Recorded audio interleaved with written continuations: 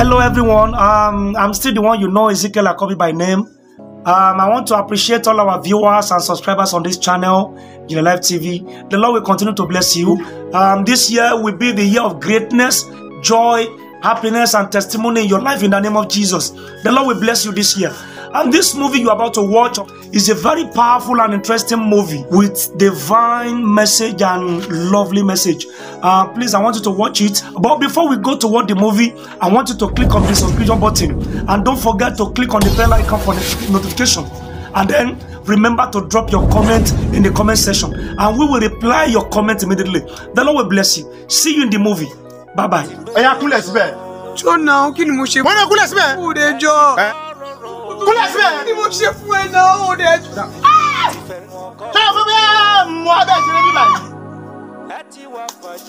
when you are so lonely, I will be a minute my producer. So, dear. Nibo, Jonah, kill my see and your mother, daddy, you know. We, and then you go. Four. Hello, Niba. Kill it yourself. Why would you? Lonely one or I am. Kuna Siba. To bat Sulia, yeah, only children. One or that's it. Ben, Lonely by the Rayama. Put that down.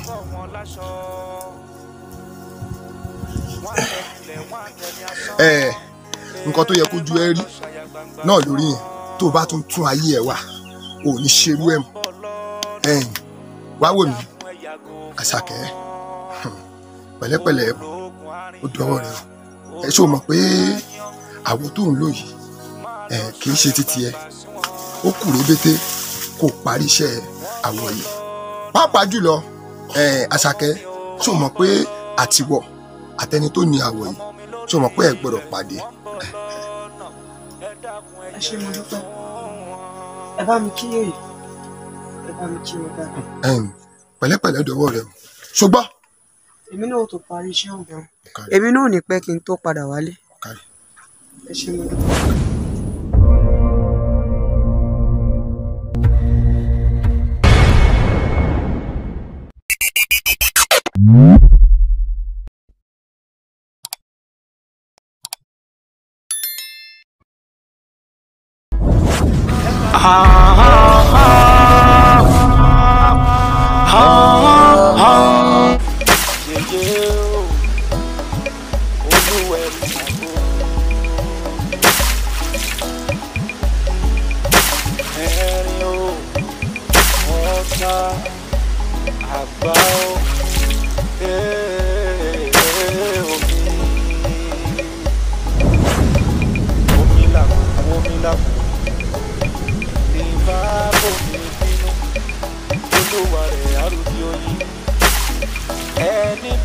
Ẹ káàbọ̀.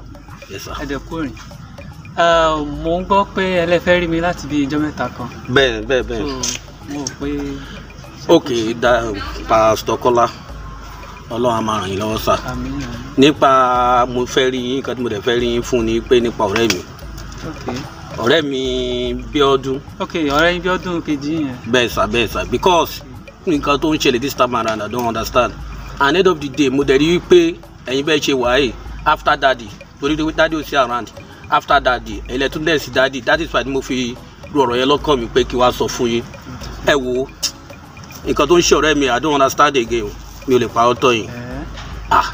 Ẹ wo nípa it's like mo ti ń bá daddy discuss ọ̀rọ̀ yẹn before ṣé understand sir so nípa oní òun lálàá òun rí ọmọ ẹja kan lójú àlá and secondly ó tún wá bá mi again ó ní ọmọ obìnrin tó ń rí lójú àlá ẹ̀ ó náà tún rí lójú ayé kìdí ẹ̀ surprise me that's the reason mo fi ro ọ̀rọ̀ yẹn pé ta ni mo fẹ́ lọ bá àti dáadé ò sí ara mo ṣe wá wò pé ẹ̀yin lẹ tún lẹ́sì dáàdì ẹ̀yin la lè wá bá ká ṣàlàyé ọ̀rọ̀ yẹn fún ìsìn ní ẹ̀ tí mo fi wá Pastor Kọ́lá.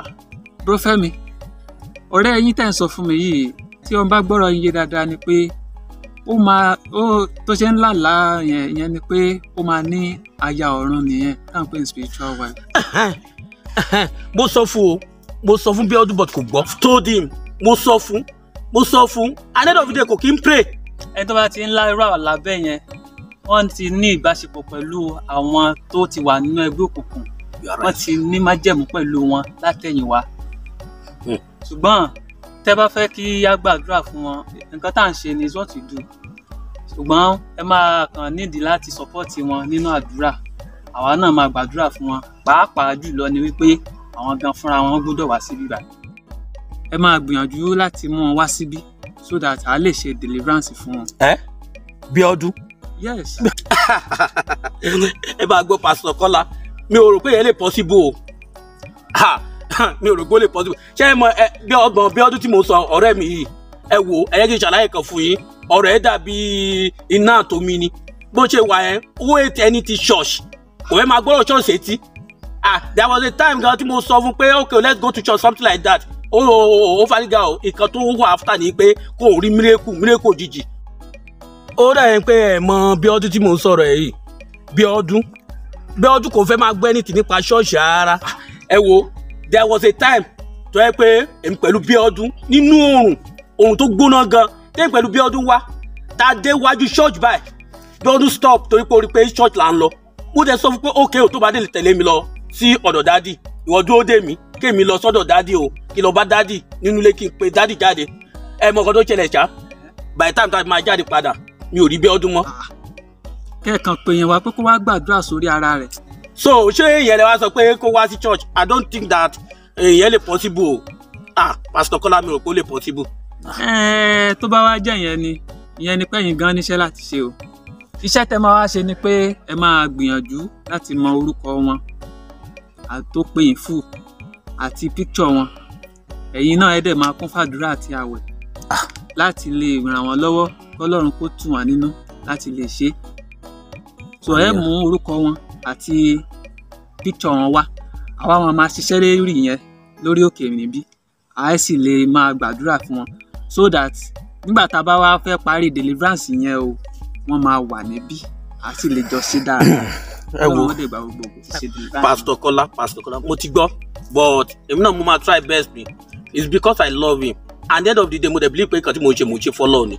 I understand that is why nǹkan tó tẹ̀ ṣẹlẹ̀ ni wípé nípa prayer yẹn I will try my best.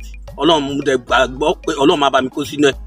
But nǹkan tó tẹ̀ happen ni wípé nípa kó wá yẹn o mo fi ìyẹn lọ́lọ́run lọ́wọ́ mo dẹ̀ believe pé Ọlọ́run máa wọnú ayé pẹ̀lú prayer because mo mọ̀ pé àdúrà náà ló lè ṣe everything. Àdúrà tó mo máa sọ fún mi mọ nǹkan tó máa ń ṣe mo máa sọ fún kó máa gbàdúrà a máa lọ sí ọ̀dọ̀ babaláwo tó yẹ pé wọ́n ti máa tàn jẹ at the end of the day owó ni wọ́n máa ná bẹ́ẹ̀ àníri anything. Gbogbo owó ẹ̀ náà máa gbà tán. Kò dẹ̀ mọ́ pé repercussion wà lórí gbogbo nǹkan tó ń ṣe kó gbàdúrà àdúrà lásán àdúrà difficult fún mọ́ ọ̀rẹ́ mi láti gbà bóyá pẹ̀lú church bóyá wọ́n ti níjà ti tẹ́lẹ̀ ni I don't know. Ọlọ́run á ràn yín lọ́wọ́. Àmì sà. Tẹ́ bá ti gẹ́ẹ̀tì tí mo sọ fún yẹn mú wa káwa lè máa tẹ̀síwájú. Okay sir, I really appreciate sir. Ṣé kémi máa lọ bí tí mo fẹ́ lọ tó níbi kan tí mo fẹ́ lọ kí n tó wá rí yín ní ìbáyìí sir. Ní orúkọ Jésù. Àmín. Olúwa kó máa bá yín lọ. Àmín. Kí ẹ rojú rere Ọlọ́run. Jésù Olúwa wa. Àmín àmín lórúkọ Jésù. Ẹ má gbàgbé tí mo sọ fún yín. No problem sir. Ẹ ṣé gan sir. Ẹ ṣé gan. Máa ràn lọ́wọ́ nínú àdúrà. Ọlọ́run jẹ́ kó gbọ́. Ẹ ṣé. Ẹnikẹ́ni tí wọ́n bá nípa láti ṣe ìrànlọ́wọ́ fún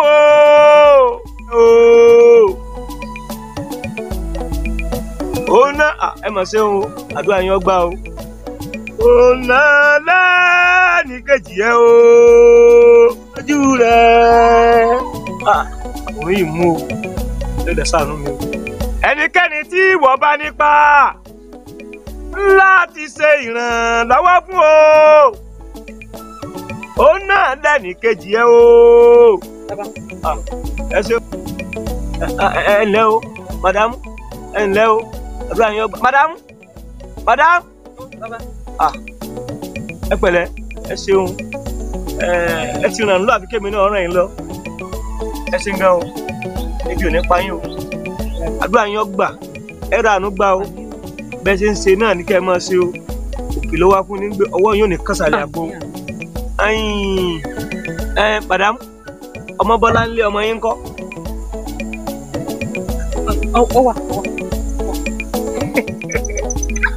ọ yà yín lẹ́nu bí mo ṣe mọ́ ọkọ rẹ̀ kò lè yẹ̀yìn ẹni bá lójú inú ní ọmọ bíi tí àkókò kọrí sí láàrin ẹ̀yìn díẹ̀ kò lè yẹ̀yìn o àdúrà yín ọgbà o ẹ rà ànúgbà o ẹni sunkún alẹ́ ẹni sùn òwúrọ̀ lórí ọmọ yín ẹ̀yin lórí ọ̀rọ̀ ọmọ bọ́lá ńlé ọmọ yín náà ni ó jẹ́ ń pè yín padà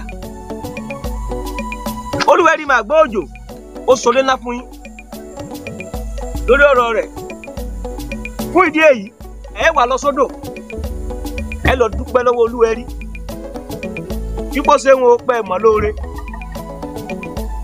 ẹ lọ o ẹ mọ yàrá ìmoore o ẹ ní sunkún lórí ọmọ ẹkún alẹ́ ẹkún àárọ̀ ẹ ní sun lórí ọmọ o bẹ́ẹ̀ ni ẹ lọ o àdúrà yín gbà o ẹ ní fojú sunkún ọmọ bẹ́ẹ̀ ni àdúrà yín gbà o táwọn lẹ́bàálẹ̀ o ẹnikẹ́ni tí ìwọ bá nípa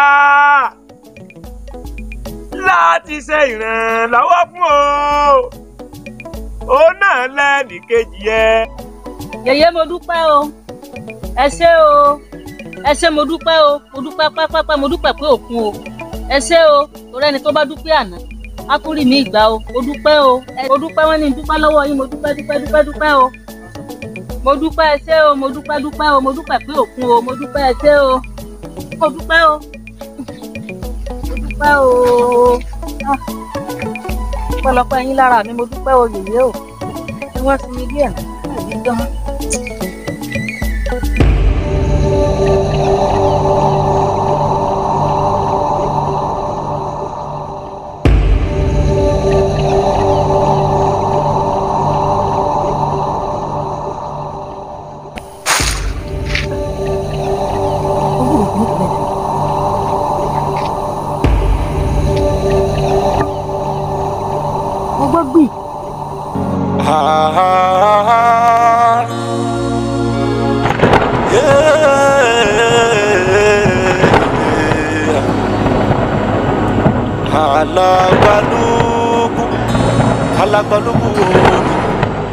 Alagbalugu omi yeye mi yeye o yimeja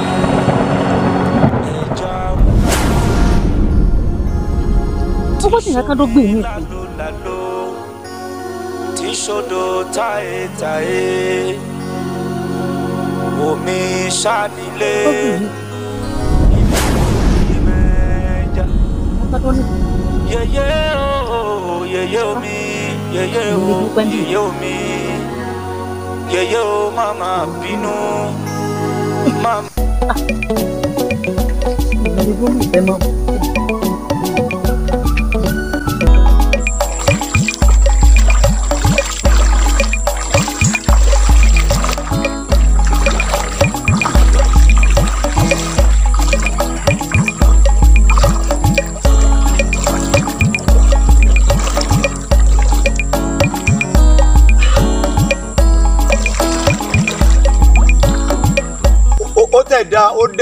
ó dá báyìí mo ti lọ wo odò tó ń wẹ mi bẹ ẹnì kankan bẹ odò yìí náà mo tún ní kí wàá wò mi bá ẹyàn kan bí ó tẹ̀ dá bẹ́ẹ̀ ọlọ́wọ́ ṣe odò tó ń wẹ ń gbọ́dọ̀ máa ṣọ́ dáadáa torí abámi oyin tó tẹ́lẹ̀ lọ́jọ́ sí kí ló máa tó lọ ṣẹlẹ̀ ń bẹ́ o odò yẹn máa ṣọ́ dáadáa ó bá dùn mí o agbègbè bá kíkẹ́ bẹ́ẹ̀ wọlé bí kíkọ́ lẹ́sẹ̀ kò dànù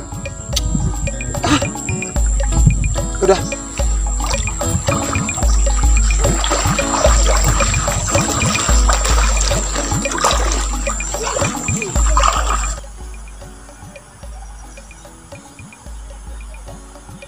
Yeah, okay ma. Mo wà níbi iwájú site yẹn ma. Yes. Okay, kí n dúró dè yẹn àbí? All right, no problem. Mo máa dúró. All right ma. Yes ma.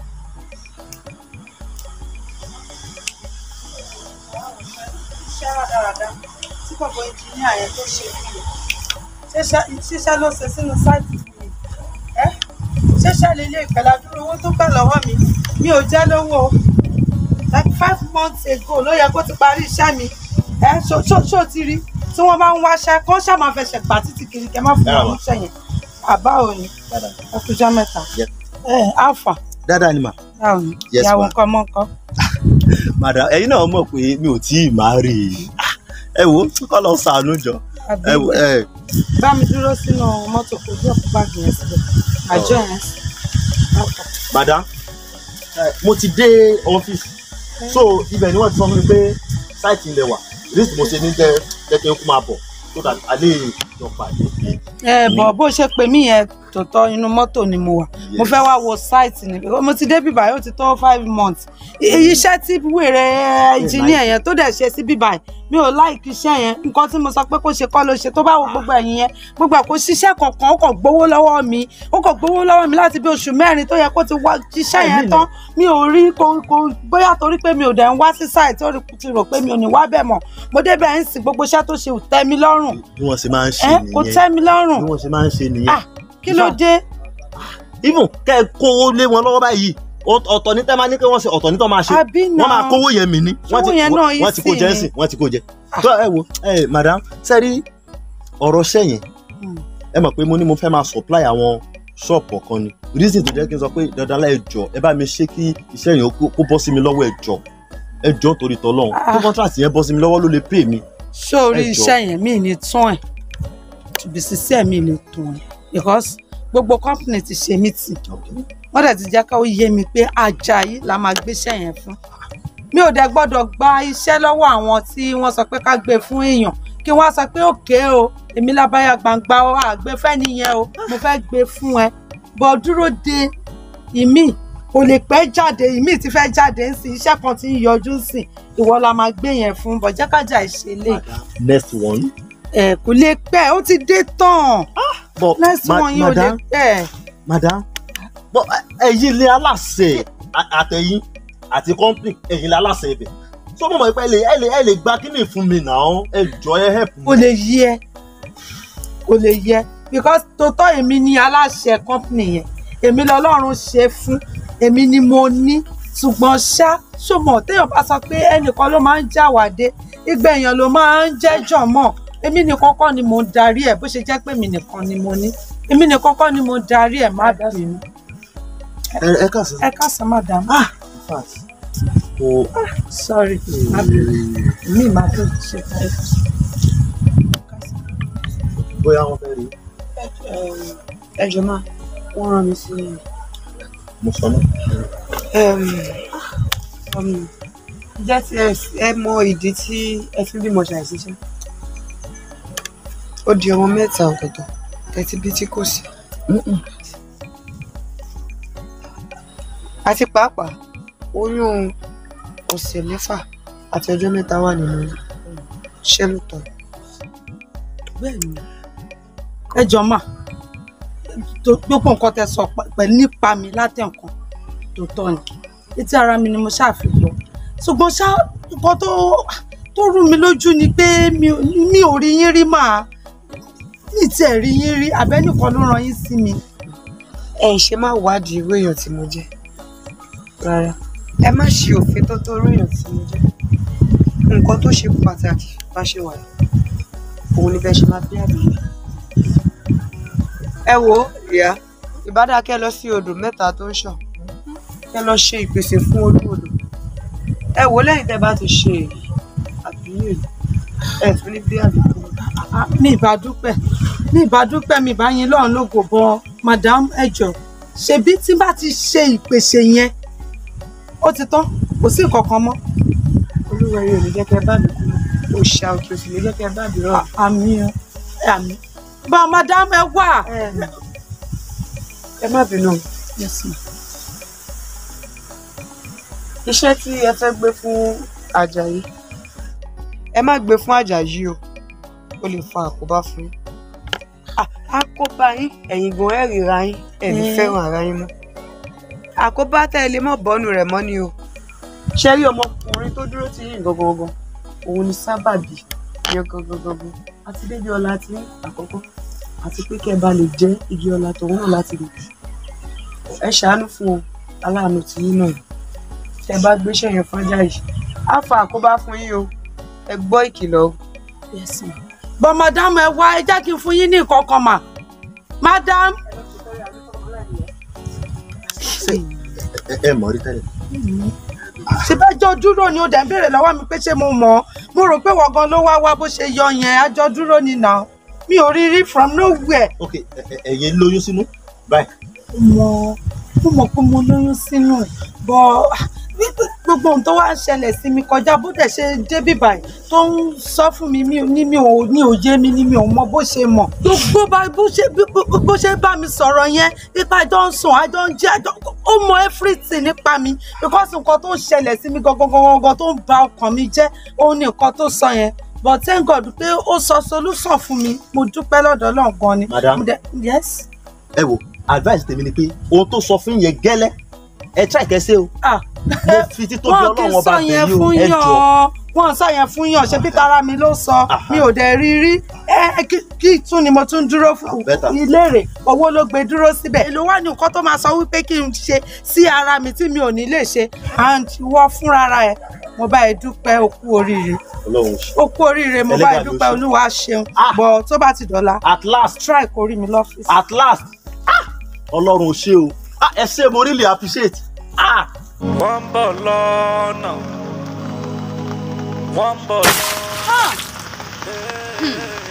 ẹ̀yin ọmọ adarí wọn ẹ dẹ̀ ṣèyí tán ẹ ṣèyí tán ẹ ṣèyí tán ẹ gbà.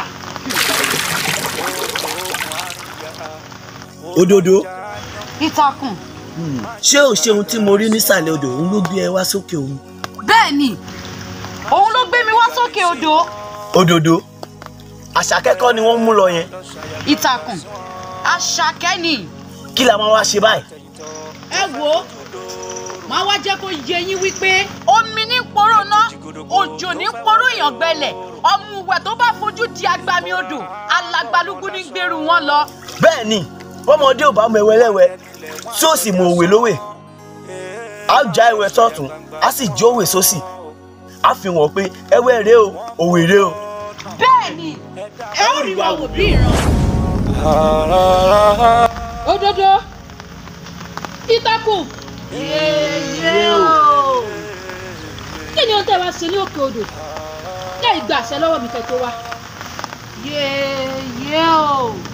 Àṣàkẹ́ ló ń bọ̀ wá sísàlẹ̀ odò ó ti bọ́ àwọ̀ Bọ́láńlé sílẹ̀ ni mo ní kí n wá pàdé ẹ̀ lókè odò ni mo rí wípé ó ti bọ́ sọ́wọ́ àwọn ọmọ adarí wọn.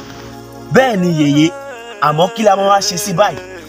ẹ wo gbogbo ẹ̀ ni mo ti rí nísàlẹ̀ odò ṣe bí ọmọkùnrin tórúkọ rẹ̀ ń jẹ́ àgbà ṣe bí òun ló wá mú Àṣàkẹ́ lọ. bẹ́ẹ̀ ni yèyé. ẹ fi sílẹ̀ ṣìgìdì tó lóun fẹ́ ṣeré ẹ̀tẹ́ ni a ní kó gbé wọn sọ́dọ̀ kó ń wọ lọ wẹ̀. ẹ wo tí o bá ti gbé ẹja yẹn délé ọmọ rẹ̀ máa gbé ẹja yẹn ó máa lọ tà fún Fọlákẹ́. gbẹ́lá o gbẹ́lá o ọmọ àlejò jáde ọmọ yìí o omi ẹ̀ máa wọ́n mi pa á bí yàrá tó tó òṣìkò tó bá rà lù rọ náà nìyẹn ọmọ àlejò wíwí. àgbà tani látọ̀ jáde wọn gbọ́ kó sì lọ jáde nígbà yìí. àwọn ológun kò sí lọ rẹ̀ yẹn tó náà ti kọ̀ sí bá bínú tẹ̀ka tẹ̀ ká ọlọ́mọ tó ti lọ. o yabala lẹ fi lẹ jàre ya. kí ló dé ìwọ ti bá ní. lọ́mọ ọmọ àlè jáde yẹn ẹja mo fẹ́ sínú ilé tí mo mú sí ilé mo sọ fún pé kò gbẹdẹ gbẹjà yẹn jáde. ní ká tiẹ̀ wá sọ pé báyẹn sọ pé kọ́mọ bèbí ẹja kọ́mọ gbẹja jáde ọmọ bíbí inú ilẹ̀ fẹ́ yẹn ń bọ̀. yabala lẹ sọ̀rọ̀ ọ̀rọ̀ ẹja yẹn ẹja kò sọ ẹja lásán ọmọ àlè jáde mi fúnra mi lè má pa fúnra mi má fọwọ́ mi pa. torí ẹja ọfẹ́ pa ọmọ rẹ ọfẹ́ pa di ẹja. ṣe kò tó torí. ẹjọ tó ń torí. kò tó torí ń bọ́ sí sọ fún balẹ̀. faraba jákàtì wá sọ bẹ́ẹ̀ sẹ́yìn torí ẹja ló fẹ́ pọ̀ ọmọ rẹ ọwọ́ akọ ọmọ èmi fúnra mi bá fọ́ mi pa. lọ́wọ́ ayọ̀ ọ̀bọ̀n lọ fẹ́ fi pa ọmọ. ìyàbọ̀ la ń lé so ọjà yìí èjì ẹja lásán mo ti lọ sọ fún balẹ̀ lé ní ọ̀dọ̀ ẹ̀ pé ẹja mo mú ẹja lọ́dọ̀ mo mú bọ̀ lọ́dọ̀ balẹ̀ mo dẹ̀ nílò mi ìfẹ́ já gbogbo àtó torí. ǹjẹ́ tí ò lè nẹ̀ gbogbo tí wọ́n ń kà fún ìkòtò kà fún tó lọ ọjà ó sì lọ rẹjà mi baálẹ̀ o etí mo gbé dọ́dọ̀ yín o ni mo ti gbé wá yìí o àtúfọ̀ kálùmọ̀ ẹ̀fọ́ gbogbo tí wọ́n bá ti rí inú ilé bó o tí ì gbé káàkiri ìlú o tí ì gbádùn. ó dà pé ọ̀rọ̀ tó ń bá mi sọ ìkó wọ̀mí lọ́pọ̀lọ́ rárá alájà kò jẹjà lásán rárá wọ́n bọ́ mi ìfúnmi lọ́jà yẹn mo lọ mọ́kọ lónìí ẹja mo ti lọ fún balẹ̀ kó ló fẹ́ kó balẹ̀ fojú mi. alóòní làákàyè òpònú ní akájọra fún ẹran. má jẹ fẹ́ jà o má jẹ fẹ́ jà o ikú jẹ́jẹ́ ni o fi pa mọ́ bẹ́ẹ̀ kó kúkú fi dùn lọ́rùn òpó aláìní làákàyè akájọra fún ẹran bọ́ọ̀ bá ikú ọba ní làákàyè olùsí aláìní làákàyè ọyọ̀bọ yóò fi pọ̀ mẹ́kùn ní ẹja làákàyè ó ti kú dànù olóṣì burúkú. dẹ̀ mọ̀ pé ọmọ mi náà ní Fọlákẹ́ torí ọ̀dọ̀ mi nìyí ẹ̀ ti wá tọrọ ẹ̀. bẹ́ẹ̀ ni yèyé. ọ̀dọ̀ mi náà ló sì tún ti wá gba àṣẹ kó tó di pé ó ń ta ẹja. bẹ́ẹ̀ ni.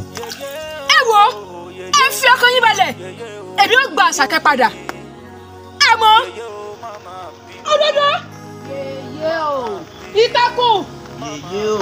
mo ti kìlọ̀ fún yín tó àti gbogbo àwọn ọmọ ẹja tó kù.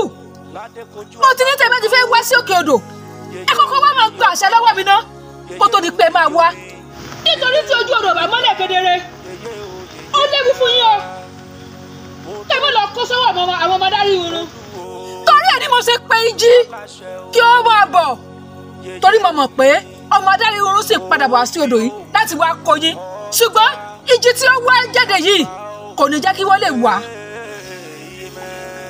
ẹ má dẹrú ẹ̀wọ̀n mọ́ ó yá ẹ padà sí àgbàlá. yèyé o.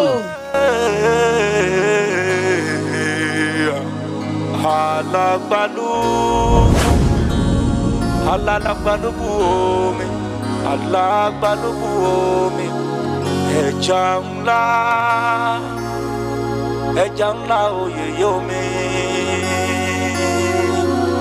tí ń ṣomi lálóláló tí ń ṣodò táyétáyé. ẹ̀yin ọmọ lẹ́yìn oorun wọ́n ní kí ìjì bẹ̀rẹ̀ yan sọ gígùn ká ẹ má bàa gún ní gẹ́rẹ́dì wọ́n ní kí bẹ̀rẹ̀ yẹn yan sọ̀yọ̀nà ká ẹ má bàa dé ní ọba ẹ̀ẹ̀kan ti kún ẹ fi bàbá tẹ̀lé ìgbọ́. ẹ wò tẹ́ ẹ bá lẹ́ẹ̀dì gbọ́ èmi náà ní gbà fún yín èmi ò gba Àṣàkẹ́ bẹ̀rẹ̀ lọ́wọ́ yín o àmọ́ ẹ rí ìjọ omi. ẹ ti kọ́ rọ̀rọ̀ onírú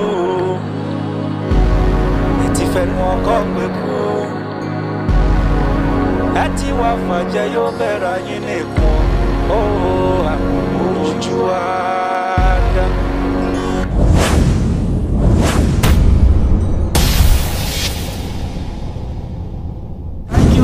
So much for viewing this wonderful video. The Lord will bless you. Please, we beg you to continue watching IJINLE Life TV.